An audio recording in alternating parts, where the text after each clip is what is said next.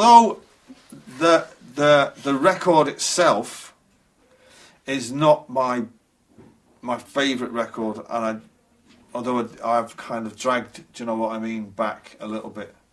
That tour that we did to promote that album is the best time I've ever had on a tour, even though it was chaos.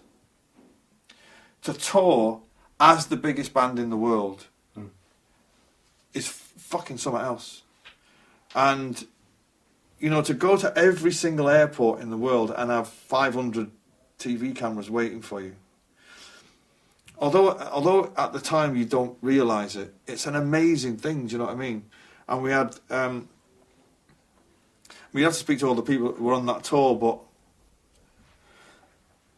I had a great time. I loved the scale of it all, and there'd be bits where, you know, remember the ridiculous stage set? The telephone box. So we come out of this, right, this is how fucking mad it was.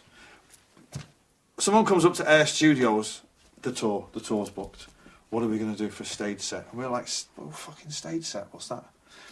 We're the biggest band in the world now, you need a stage set. Look at you two, we're fucking like, oh.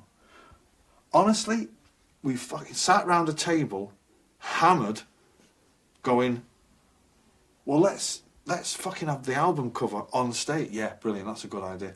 Let's come out of the telephone. Does anybody see a telephone box from there? I don't know what the fuck. We must have thought that was a telephone box.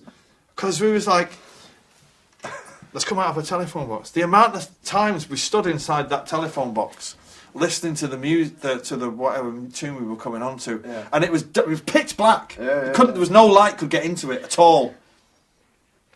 So with the five of us stood there, and Liam's getting agitated because he can't be in confined spaces. I was just thinking, how has it got to this? What? And then you don't open this telephone box door to 50,000 people onto this stage set. There was a working bar. There was a working bar on stage. We had two keyboard players. You can't have one when you're the biggest band in the world. You've got to have two, because keyboard players got to have a mate. And there's not even a bar on the cover of the fucking thing. But where they were behind a bar, and this is the genius of drugs, right? You know, keyboards, digital synthesizers, they have a pitch bend, right? Well, they do. It's like you press a note and you've done this thing and it goes, ooh, like that. We had one hooked up to a fucking pint pulling thing, so that when the keyboard player had to do a bendy thing, he had to pull one of the pints on the bar. We came up with that idea, and somebody made it happen. Somebody made it happen. And then Alan's drum riser was a fake swimming pool with a Rolls Royce sticking out at the end of it. Honestly, it's fucking unbelievable. It makes me think, if I'd have said the night whoever designed the stage set had come round and said, what do you reckon? And you'd have said, you could have said anything, like anything, and they'd have gone, okay, we can do it, we can do that. We can do that. And